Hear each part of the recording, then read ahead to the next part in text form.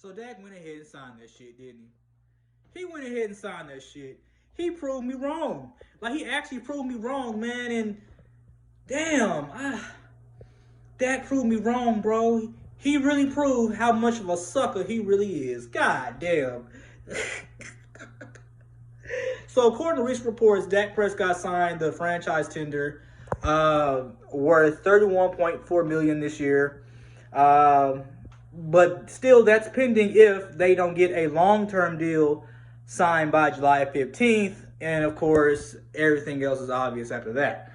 Um, damn, man.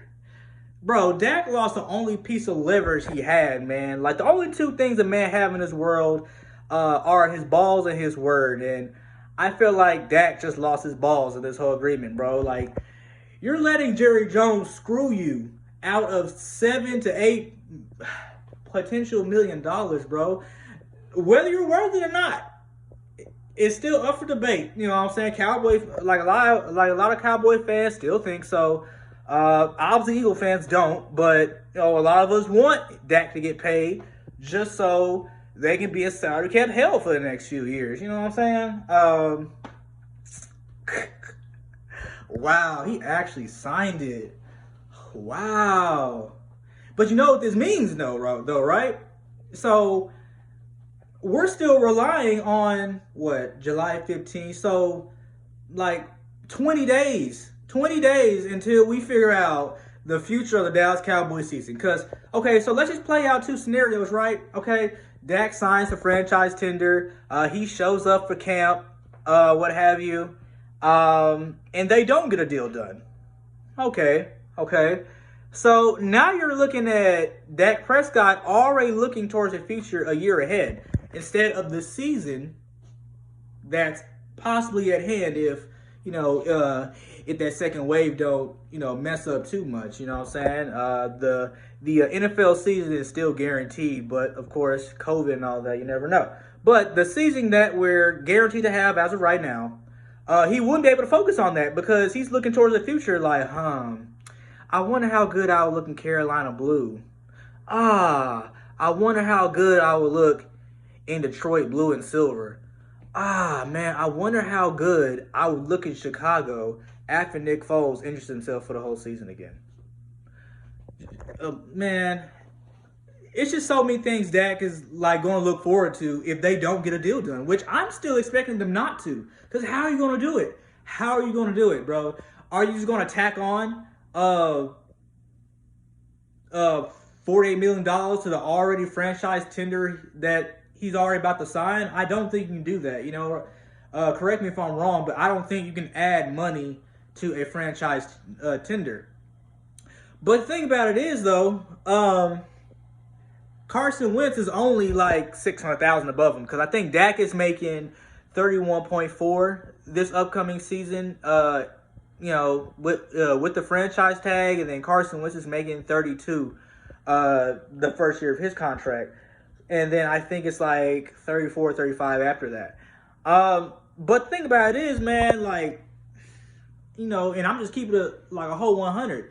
Like, Dak could still win the contract war because Carson Wentz's contract next year is going to pay him like 34, 35. And if Dak signs another franchise tag, which is highly unlikely because there's only been 2 quarterbacks in history that have ever done that. So, so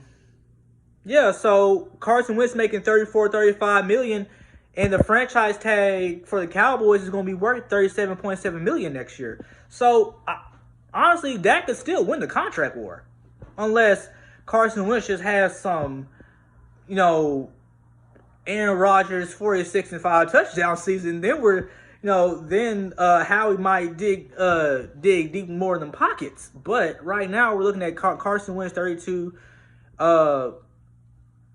million and Dak Prescott 31.4 as of right now. So still over like 600,000 more. So it's not like Dak is just losing the contract battle in the NFC East. It's only like a mere 600,000. So.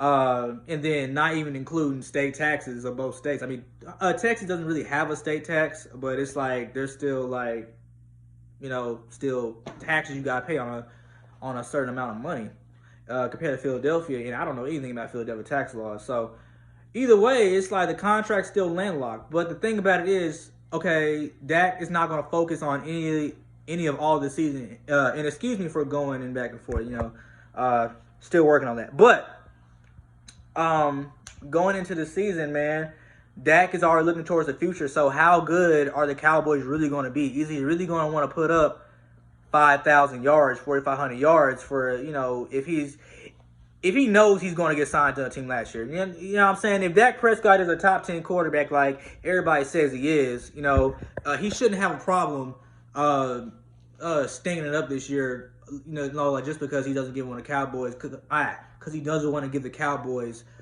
his full effort. So I don't know. Man. So if you do give him the contract, it's like, oh shit, okay, now there might be a little more pep in Dak Prescott's step, which could again bring the Cowboys to actually being competitive against the Philadelphia Eagles for the division, which is fine. Competition is good. Not that I expect from Dallas Cowboys after winning the division and going to the playoffs the past 3 years and winning a Super Bowl, but you know what I'm saying. So I don't know, man. Like, this man just signed that. Wow. And like, he just lost all leverage, bro. So it's just, and you're like, and it kind of makes you wonder, like, what are the other players in his locker room going to think? Like, bro, like, you signed the franchise tag, man. You were supposed to, you know what I'm saying? But I don't know, man. Like, honestly, I wouldn't care about like another man's pockets, but I'm just one man. Like, those guys are, like their own individual selves as men, so you never know. Like, you could have some haters up in there, and and you could have some guys that are like, damn, bro, like, I kind of see you a little different now, you know what I'm saying, that you didn't stand up for yourself for your contract. Like, you didn't play it all the way through. Like, you kind of lost a lot of leverage. There could be guys that think like that. So I don't know. But at the same time, Dak Prescott does also have the Cowboys in kind of a corner because, okay, let's just say scenario, right? He decides to sign another franchise tag next year for 37.7, right? But then that next year, it goes up to like 50, I heard. So, like, just correct me if I'm wrong, man. But like, I heard today on First Things First, it was like 54 million or something like that. Like, y'all have the like correct numbers, definitely shoot them in the comments. But man, I don't know, man. Like, tell me what y'all think, man. What are y'all's thoughts on this situation?